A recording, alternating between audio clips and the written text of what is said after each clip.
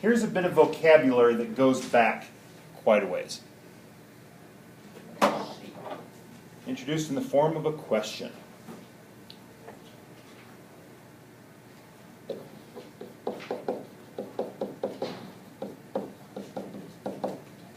What is the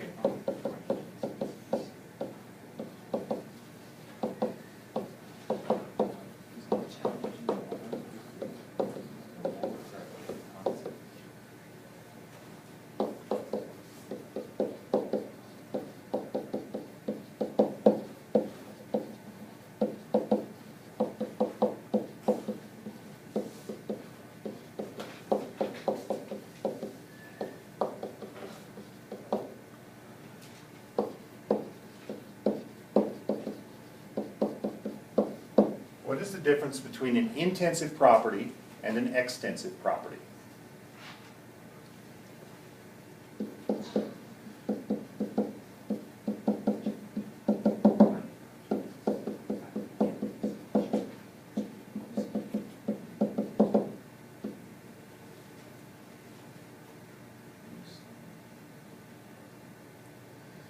Dig way back in your memory, see if you can remember this one. What is an intensive property? What is an extensive property? Intensive doesn't depend on how much there is, on what physical condition. Okay. All right. Well, it does, but it doesn't depend on size or shape or anything. Okay. An extensive property depends on the amount of something.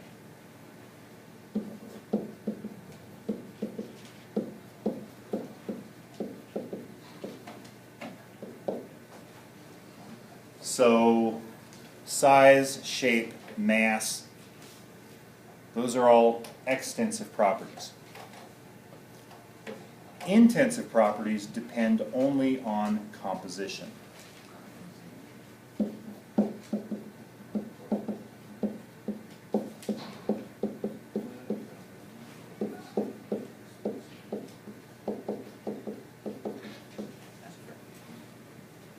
As an example,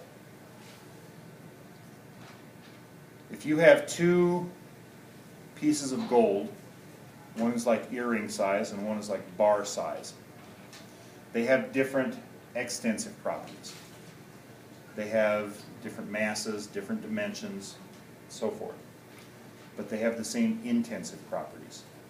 They have the same density, for example. They have the same color. They have the same electrical conductivity. They have the same chemical properties. That sort of thing. Okay? So, intensive properties depend only on what it's made of. It doesn't depend on the amount. Okay? I bring this up because I'm going to introduce you to a new quantity, a new property here in a couple of minutes that we will want to take special care to identify as being either intensive or extensive. Okay. All right. So, let's think about that reaction we were dealing with before. Okay?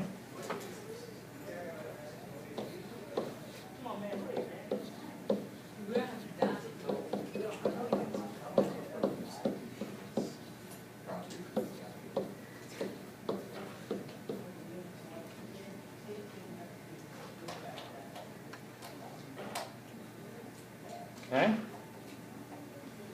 There's a reaction that we've dealt with before. Let's go ahead and actually do the redox at this point. Okay? So, for the oxidation reaction,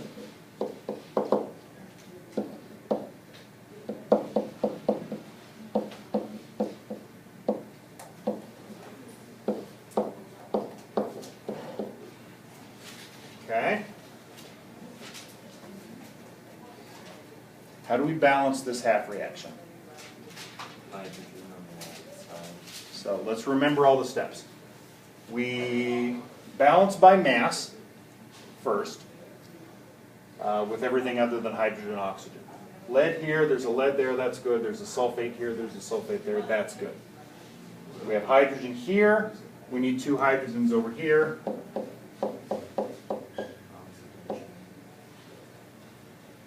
Okay.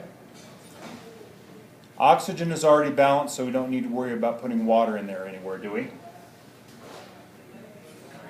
What do we still need to do? Add electrons to balance the charge. We need 2 electrons over here to balance the charge.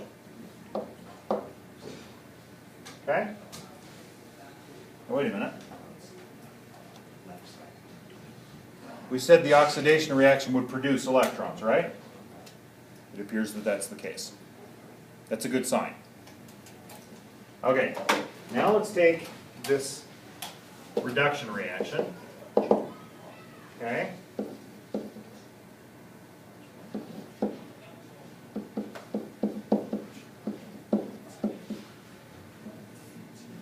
Alright.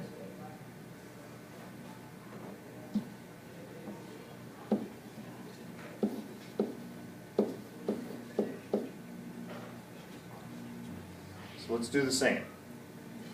We have a lead over here. We have a lead over here. We have sulfate ion here. We have sulfate ion there. What is unbalanced?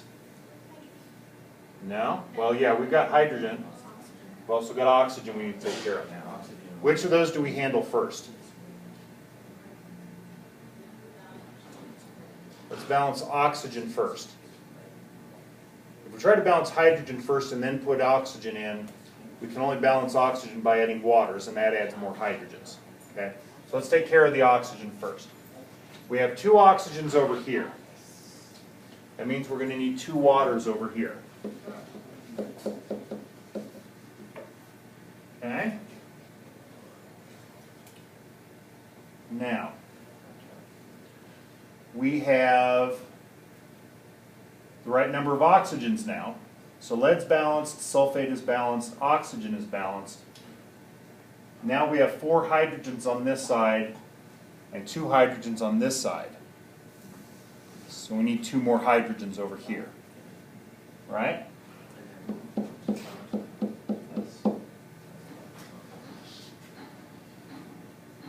Is that true? It is true. 1, 2, 3, 4 hydrogens, 4 hydrogens on that side. And since we now have a +2 charge over here and no charge over there, we got to have 2 electrons over here. Electrons are consumed as we came up with in our galvanic cell diagram. All right. And the good news is the number of electrons on each side cancels. That's convenient. And you know what else? Looks like hydrogens cancel too, doesn't it? That's helpful. So our overall reaction is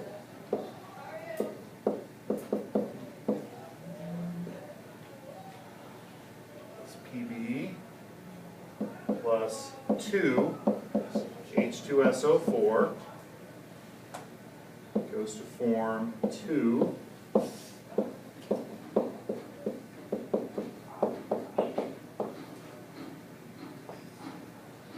okay? So let's double check and make sure everything balances here.